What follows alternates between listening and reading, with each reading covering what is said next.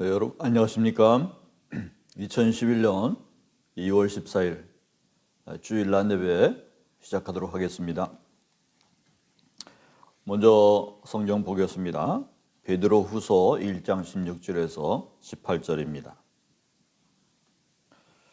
우리 주 예수 그리스도의 능력과 강림하심을 너에게 알게 한 것이 교모히 만든 이야기를 따른 것이 아니요 우리는 그의 크신 위엄을 친히 본 자라.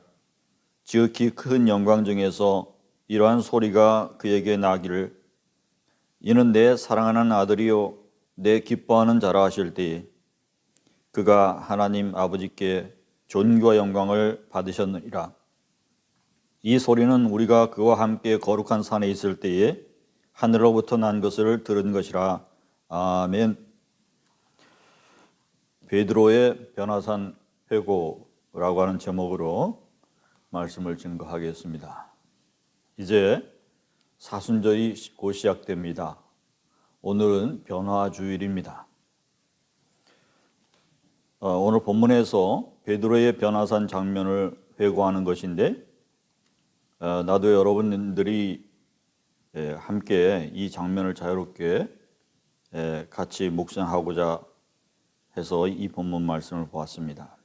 먼저 우리가 알아야 될 것은 본문 다른 절에서 말씀하고 있듯이 예수님의 변화산 사건과 그런 것들은 예언과 관련이 있다고 말한 이 베드로의 말씀입니다. 베드로의 변화산 사건인 예수님의 변모산 이 사건이 마태복음, 마가복음, 누가복음에 동일하게 있습니다. 여기에는 거룩한 산이라고 하는 것, 거기에서 재림하시는 분으로서 이제 위엄을 확증해주는 그러한 의미를 담고 있습니다. 시편 2편에서 내가 영을 전하노라 여호와께서 내게 이르시되 너는 내 아들이라 오늘날 내가 너를 낳았도다. 이것은 예수님께서 만국의 제왕으로 등극하는 그러한 것을 선언하는 그런 의미를 담고 있습니다. 이사야서 5장 1절에도 내가 나의 사랑하는 자를 위하여 노래하되 나의 사랑하는 자의 포도원을 노래하리라. 나의 사랑하는 자에게 포도원이 있으며 심히 기름진 사내로다. 이 포도원은 축복의 상징인데 그 축복 선언이 되는 그 산 위라고 하는 것이 바로 옛 선언에 부합되고 있습니다. 영적인 기름 부음의 상징입니다. 베드로가 이야기하고 있는 이 변화산 사건은 예수님께서 세례 받으실 때를 연상케 합니다. 그때 예수께서 요한에게 세례를 받으시려고 갈릴리아에서 요르단에 그를 찾아가셨다. 그러나 요한은 제가 선생님께 세례를 받아야 될 터인데 선생님께서 저에게 오신다니요 하면서 그분을 말렸다. 예수님께서는 지금은 이대로 하십시오.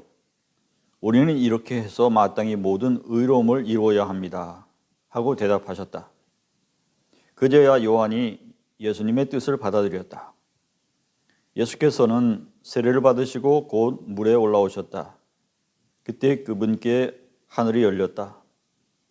그분께서 하나님의 영이 비둘기처럼 당신 위로 내려오시는 것을 보셨다. 그리고 하늘에서 이렇게 말하는 소리가 들려왔다. 이는 내가 사랑하는 아들, 내 마음에 드는 아들이다. 가톨릭 성경 3장 13절에서 17절 말씀이었습니다. 지금은 이대로 하라. 예수님은 상황 이해가 분명한 분이었습니다. 한번 봅시다. 말라기 4장 5절입니다. 보라, 하나님의 크고 두려운 날이 이르기 전에 내가 선지 엘리야를 너에게 보내리니. 사람들은 당신은 엘리야입니까? 라고 묻는 이유가 바로 여기 있었습니다. 그래서 성경에 응하게 하려고 이대로 하라고 하셨던 것입니다. 여러분 상황 파악을 바로 하고 충실한 여러분들이 되시기 바랍니다. 군에서 날마다 마음이 사회에 가 있으면 기상할 때마다 그 마음을 추스리기가 어려울 겁니다. 멍게가 내장을 다 이렇게 쏟아냈다가 다시 집어넣죠? 시간이 걸립니다. 그렇듯이 우리가 현실성을 찾는 데 시간이 걸려서는 안 됩니다. 하나님 아버지께서는 이러한 주님의 감각에 응답을 해주시고 기뻐하셨습니다. 이는 내 사랑하는 아들, 내 마음에 드는 아들이다. 예수님은 하늘의 음성을 듣고서 광야에서 금식하시고 공생애를 시작하셨습니다. 그런 후 변화산에서 또 하늘의 음성을 들으시고 예루살렘 성전으로 직진하시고 그리고 생애 최후를 마감하셨습니다. 여기에 꼭 엘리야가 등장하는 것은 예언과 관련이 있습니다.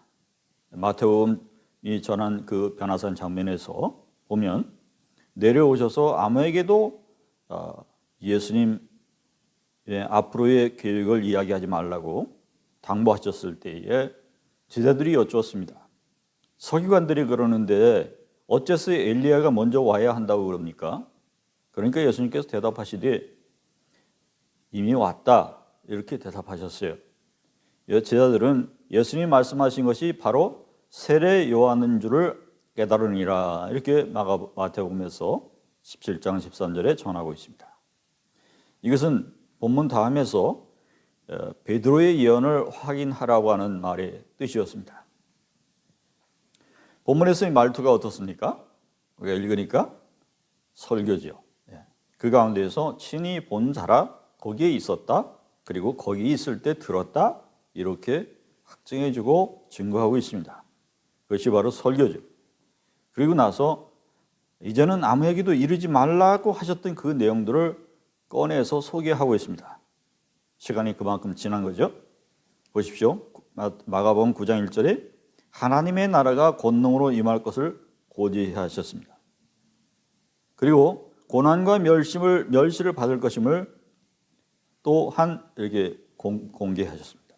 그리고 죽고서 부활하실 것도 고지하셨던 것을 이제서 공개를 하고 있습니다. 본문을 통해서 주님은 성령의 감동으로 말씀하셨고 죽음과 부활을 고지하심으로써 예수님은 분명히 오신 목적에 따라서 확고하게 그 목적에 맞게 사셨음을 증언하고 있는 것입니다. 우리가 시간을 미래에서 이렇게 바라볼 때에 모든 시간을 다 가진 시간의 구조로서 볼 때에 앞으로 이룰 수 있는 이 말들을 엠바고로 이렇게 다음에 얘기하라 이렇게 남겨줄 수가 있는 거죠. 그래서 제자들이 충격을 받지 않도록 제자들이 확실하게 이 말씀을 기억할 수 있도록 당부하실 수도 있는 거죠. 예수님은 그렇게 장면마다 중요한 사건, 중요한 일들에 대해서 미리 말씀을 하시고 임마금을 해두셨던 것 같습니다. 여러분을 볼 때 어떻습니까? 자신은 인생의 목적에 맞게 지금 목적대로 살고 있는가? 오늘 예수님을 바라보면서 그걸 한번 되새겨 볼 수 있으면 좋겠습니다. 훌륭한 신화에 관한 6가지 신화 조엘이 썼는데요. 이 책을 근거로 한번 보겠습니다. 어떤 사람은 안락함과 쾌락을 추구합니다. 그런데 거기에 쾌락에는 고통이라고 하는 것이 함수가 있어요. 쾌락이 아무리 커도 고통을 빼면은 그 쾌락이 비중이 얼마 안 되는 경우가 많아요. 그러니까 고통에 대해서 어떻게 이해하느냐가 그 쾌락의 인생의 목표에 쾌락이라고 하는 목표에 안락이라고 하는 목표에 어떤 이해관계가 있는 것입니다. 그래서 쾌락과 안락함이 인생의 목적이라 한다면 굉장히 이기적이고 안하무인적인 그러한 사람이 될 것 같아요. 무책임한 그런 사람이 될 것 같아요. 주관적인 웰빙인 거죠. 늘 주관적이어야 되고 그렇게 돼야 웰빙이 되고 즐겁고 쾌락하고 안락함이 유지되는 것이죠. 우리가 TV 감상이 인생의 최대 목표라고 한다면 굉장히 우습죠. 레벨이 참 낮은 거죠. 근데 높은 쾌락을 추구한다고 칩시다. 남들이 누려보지 못한 높은 레벨의 그런 인기인이 됐다. 근데 그 인기 절정을 얻을 수 있는 그 기간이 굉장히 짧은 거죠. 근데 그것을 유지하고 싶어서 모든 걸 갖다 쏟죠. 그래서 그 최대한 인기의 절정을 누릴 수 있도록. 그래서 거기서 내려오기 싫어가지고 그 정점에서 자살하는 경우가 있다고 하는 것이죠. 쾌락 인생, 그 레벨에 올라가면 고통도 커진다는 것을 알아야 됩니다. 여러분들은 아마도 가늘고 긴 인생을 살기를 원한다고 생각을 합니다. 안락함을 추구한다. 어떨까요? 아직 익숙해지지 않았을 때 느낀 그런 감정일 수 있습니다. 무언가 근본적으로 제거된 감정인 거죠. 이제 늙어가지고 이제 장기나 두고 이제 친구 몇 사람만 만나고 하는 이러한 그냥 별다른 차이가 없는 그런 삶, 그걸 생각해 볼 수가 있을 것 같습니다. 그러면 성가신 것 없고 그리고 불안감 별로 없고 무료함이 생기게 될 겁니다. 그러니까 젊은 사람들은 뭐예요? 막 게임을 한다고 생각해 봐요. 게임이 재미가 없으면 지루해하지 않겠어요? 근데 뭔가 새로 도전하고 이런 것들이 있어야 그래도 흥미를 느끼고 하는 거죠. 근데 그런 게 없는 안락함 한번 생각해 보세요. 너무 답답하지 않습니까? 우리가 익숙해졌을 때에 어떤 강한 감정을 느끼지 못하는 거죠. 우리 젊은이들은 어떤 그런 데서 만족을 하지 못한다고 생각합니다. 우리가 군화를 신고 다니게 되면 이렇게 편할 수도 있어요. 또는 이렇게 슬리퍼를 신고 다니도 편할 수 있어요.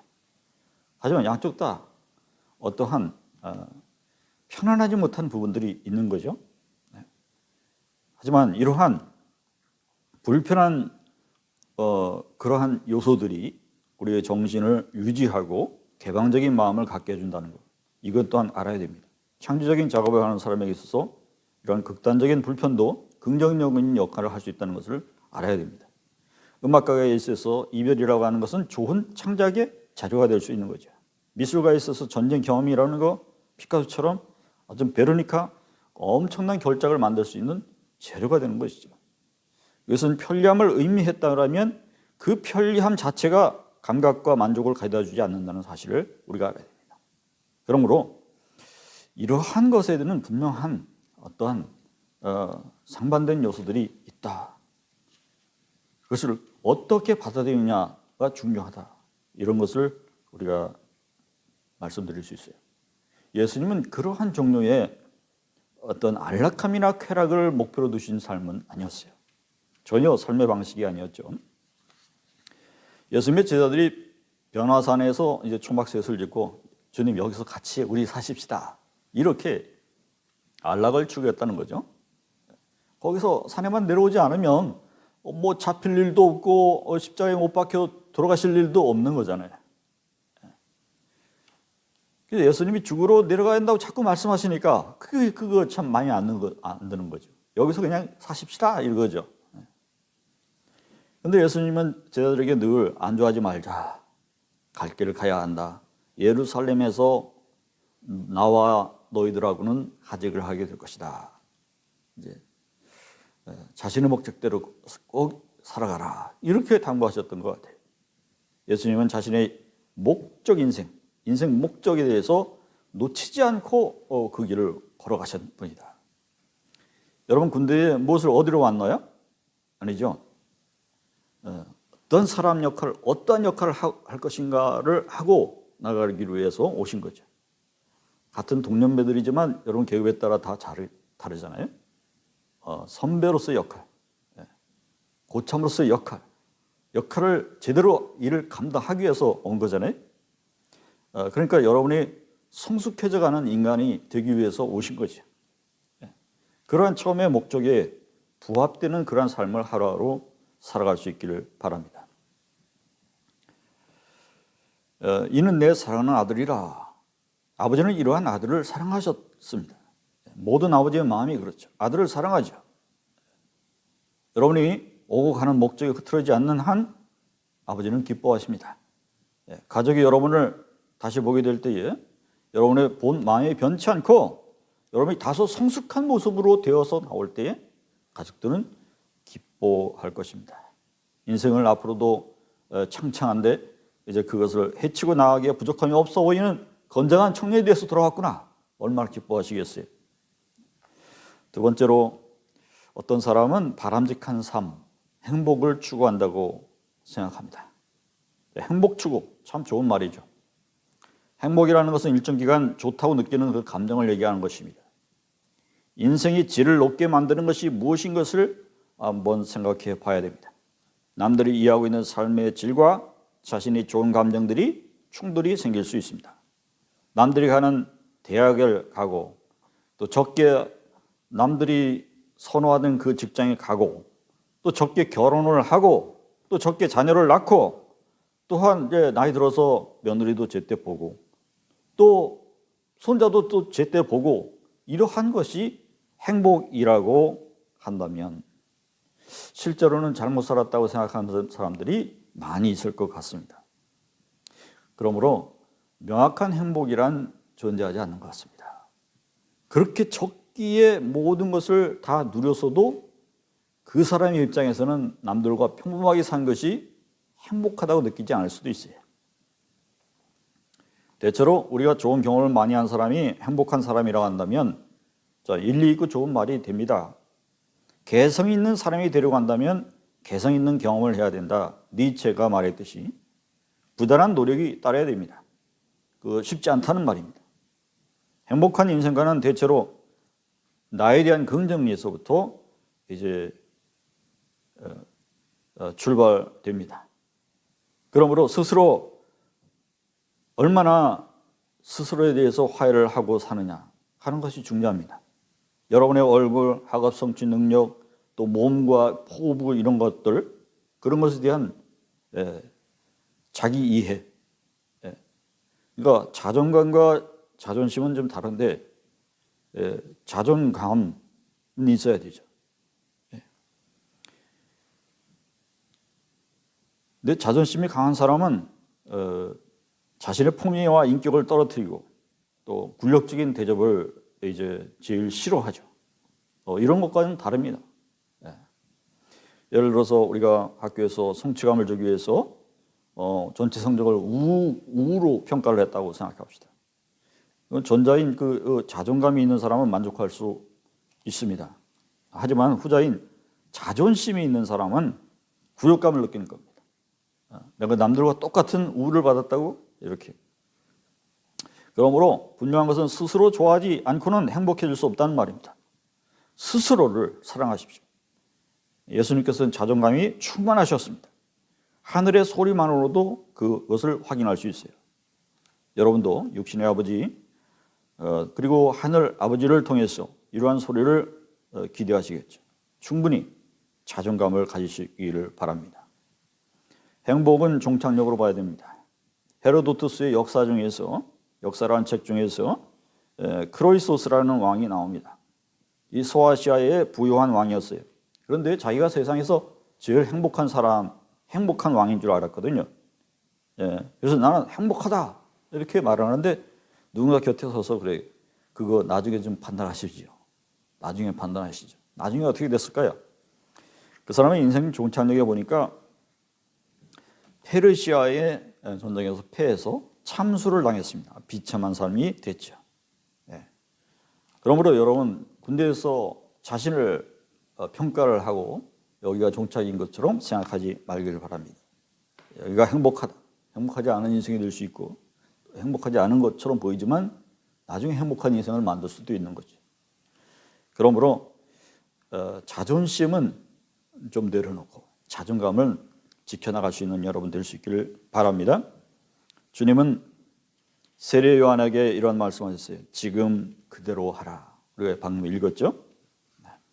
주님은 하늘 아버지의 뜻을 그대로 받아들이고 보다 당당하게 우리의 삶을 살고 돌아갈 수 있기를 다짐했던 것입니다. 여러분 지금 벌어지고 있는 닥쳐지고 있는 그런 현실 상황에 대해서 늘 현실 감각을 가질 분들로 거기에 충실할 수 있는 마음다짐을 하면서 살아갈 수 있기를 바랍니다. 주님의 그러한 삶의 방식에 있어서도 우리가 알아봤듯이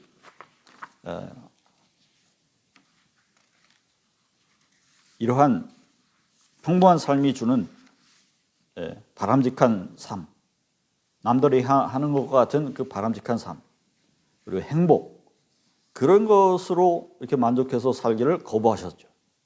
그래서 예수님의 인생의 방식은 그것이 아니었습니다. 또 어떤 사람은 중용을 추구할지도 모릅니다. 세상을 살아가는데 순응해야 될 일들이 많이 있죠. 그래서 훌륭한 평형점이 어딘가, 그것을 찾는 데 목적을 두고 있는 삶이죠. 우리가 선착순할 때 앞으로 제일 먼저 이렇게 튀어나와도 어렵고, 그리고 맨 꼬레비로 늦게 와도 어렵죠. 항상 중간을 이렇게 유지하는 것이 또한 힘들기도 하고, 또 그것이 편하기도 합니다. 직업이 아닌 지역 같은 그런 경계선이 또한 있습니다. 중용은 직업 아닌 시간의 그 삶의 질을 좌우한다고 보는 것에서 출발합니다. 그러나 일하지 않는 시간도 쪼개서 자기 개발을 해야 되고, 장기적인 만족을 가져오기 위해서 끊임없이 노력을 해야 돼요. 예수님은 시간을 쪼개서 산에 올라가셔서 기도하셨다고 지난주에도 말씀을 드리고, 또 오늘도 말씀을 드립니다. 변화선 이후에 기사를 보게 되면 기도하지 않고 병을 고치는 제자들의 그 실패와 기도 후에 이적을 이루는 그 예수님의 그 모습이 대조되어 나타납니다. 기도도 하지 않고 예수님이 일을 하려고 했다고. 그런데 예수님조차도 기도를 하시면서 그러한 역사를 이루시는 것은 차이가 많이 보입니다. 예수님은 잠을 줄이는 대신에 틈틈이 밤에 기도를 많이 하셨다고 하는 사실을 우리가 본문을 보면서 많이 알 수 있습니다. 어찌 보면 이러한 중용의 삶의 모범이 되시는 것 같기도 합니다. 이 평형지점 추구라고 하는 이런 사고방식은 장기적인 사고가 부족해질 위험이 있습니다. 우리는 우발적인 사건에 대해서 대비를 해야 됩니다. 그리고 인생이 귀한 것은 점진적으로 증가되어 있습니다. 증거하게 되어 있어요. 예를 들어서 인간관계의 만족점을 추구하는 것이라면 양쪽 모두를 만족시켜야 되고, 모든 당사자들이 행복하게 하려면 어떻게 돼요? 시간이 많이 걸려요. 또 인내하는 삶을 살아야만 됩니다. 어떤 지점을 추구하는 방식은 옳고 좋은 것입니다. 예를 들어서 골포스트 없이 축구를 한다고 생각해 보십시오. 금방 실증 내고 화각되면서 이제 그만하자고 할 겁니다. 지금 뭘 하고 있나 이렇게 한탄하게 될 것입니다. 군대에 있는 여러분들이 먼 미래를 내다보고 살아가게 되면 우리 정신이 딴 데 가 있을 수도 있어요. 안드로메다에 갈 수 있어요. 그러니까 가까운 목적지를 두고 골포스트라고 하는 걸 두고 그렇게 살아가야 좋은 인생이 되는 거죠. 주님은 인생은 십자가라고 하는 그런 확실한 목표 지점을 바로 앞에다 두고 그것을 위해서 전력을 다해서 기울이시면서 가셨습니다. 그러나 터널도 지나봐야 알 수 있듯이 군대라는 그 터널 속에서 너무 조급한 마음을 갖고 그렇게 인생을 갖다 단기적으로 그렇게 살아갈 수 있어서는 안 되겠습니다. 미래라고 하는 좀 더 뒤에 있는 목표도 좀 생각하고 그렇게 가야 되겠죠. 사람들마다 좀 다르지만 제대하는 날짜를 꼬박꼬박 세면서 그렇게 살아가는 사람도 있어요. 좀 답답하고 어렵게 산다 그렇게 생각이 됩니다. 우리가 조금 힘들어도 사람의 눈이 제대로 달려서 제대로 사고할 수 있을 능력만 있으면 세상은 아름다운 것이죠. 그렇듯이 항상 긍정적인 마음을 갖고, 그래 내 아버지가 내 편이다. 아버지께서는 나를 사랑하신다. 내 결단을 존중하신다. 예루살렘을 돌진하는 것이다. 십자가를 지고 죽으면 죽고 하나님께 아버지께 영광을 돌리면 되는 것이 내가 목적이다. 그 목적을 이루면 되는 것이다. 이렇게 우리 주님처럼 그런 속으로의 그런 자신감, 그런 것을 회복하고 이렇게 견뎌나갈 수 있는 여러분들 되시길 바랍니다. 주님이 보신 세상은 긍정적이지 않았습니다. 죄와 사망에 억눌려 있는 인류를 바라보셨어요. 세계는 아직도 핵과 테러와 독재 그리고 코로나에 시달리고 있어요. 이런 환경적인 재앙이라고 하는 그런 위험도 도사리고 있었습니다. 호주 어느 학자는 앞으로 그 100년 안에서 지구 생물이 이제 멸망을 하게 되는데, 이제 문명은 엄청난 혹독한 시험대 위에 있다, 이렇게 말하고 있습니다. 그러니까 지구 생물 자체가 100년 안에 멸망한다는 거예요. 시편 2편에서 너는 내 아들이라 오늘 내가 너를 낳았도다 하시는 그 말씀도 하나님의 뜻에 반대되는 바벨탑을 쌓아가고 있는 그 인류에 대한 냉소주의가 그 배경이 되고 있다. 그 반대 배경이 되고 있다. 그래서 거기에 대해서 하나님께서 그것을 비우시신다, 그런 내용으로 되어 있습니다. 인간의 힘을 숭상하는 그러한 인간들을 비웃고 계신다, 그런 말씀인 거죠. 오늘 변화산 속에서 주님은 비장함이 나타나 있습니다. 아마도 세례 받으실 때와 똑같이 말씀을 하셨을 거라고 생각합니다. 지금은 그대로 하리라. 내 육체의 안락함과 쾌락도 버리고 행복도 버리고 중용도 버리고 그 어떤 소크라테스, 공자, 아리스토텔레스, 에피쿠로스가 다른 방식의 삶을 제시한다고 해도 나는 아버지의 영광을 위해서 내 길을 가리라. 성찰을 틈타서 스멀스멀 돋아나는 그 의심과 후회를 받고 개육을 빌미로 머물거리는 그런 게으름을 뒤로 하고 당장은 그대로 하리라. 하늘의 소리를 들으라. 너는 사랑하는 아들, 내 마음에 꼭 드는 사람이다. 오늘 그 말씀을 예수님의 마음으로 가지셨던 것처럼 여러분도 그와 같은 비슷한 마음을 갖고 위로를 받고 힘낼 수 있기를 바랍니다. 아버지는 고통스러워하는 아들과 함께 하셨습니다. 여러분의 아버지가 여러분 한시라도 방치하시는 분이 아닙니다. 여러분의 고난과 여건과 결단력 있는 그 행동에 대해서 염려하시고 칭찬도 하시고 또 그것을 통해서 영광 받기 위해서 그렇게 계신 분입니다. 여러분도 하나님께 영광을 돌리기를 사모하는 그런 믿음의 형제들이 될 수 있기를 바랍니다. 하나님 아버지께서 기뻐하시는 것이 무엇인지에 대해서 염두에 항상 두십시오. 이는 내 사랑하는 아들이요 내 기뻐하는 자라 하는 이러한 칭찬을 사모하시기 바랍니다. 주님께 합당한 인생관, 그러한 인생관을 세워서 여러분도 주님께 올바로 영광 돌리는 그러한 인생이 될 수 있기를 축원합니다. 기도합시다. 하나님 아버지, 지금 코로나 시대에 실업자가 157만 명이나 되는 이런 어려운 시기에 저희들이 군생활에 복무하는, 그래도 직책이 있고 직분이 있고 그래도 우리가 놀지 않는 그러한 삶을 살게 해주신 것에 대해서 감사를 드립니다.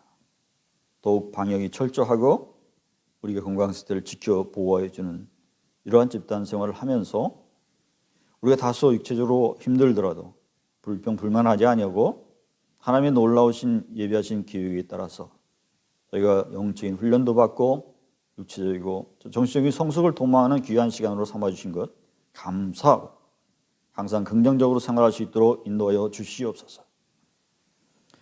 아버지 하나님께서 오늘도 귀한 말씀을 주셨사오니 그것이 남에게가 아니라 바로 내게 주신 말씀이다. 나도 이렇게 살아야 되겠구나. 그렇게 다짐하는 좋은 결단의 시간이 될 수 있기를 바랍니다. 하나님 이 마음 지켜주시고 함께하여 주옵소서. 예수님의 이름으로 간절히 기도했습니다. 아멘. 축도하겠습니다.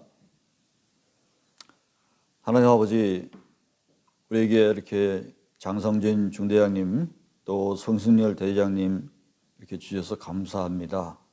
우리 부대에 다 통합된 마음으로 합심 단결해서 우리 부대 생활에 원활하게 잘 영위되고 하나님 축복된 우리 군생활이 될 수 있도록 축복하여 주시옵소서.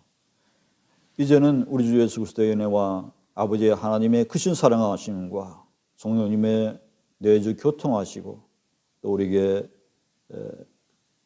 새로운 힘을 날마다 주시는 성령님의 감화 감동이 오늘 믿음의 결단을 통해서 우리도 예수님과 같이 아버지의 분명한 목적대로 삶은 그러한 삶을 살기로 다짐하는 모든 크리스천들을 위해 지금부터 영원히 함께 없시기를 간절히 축원하옵나이다. 아멘.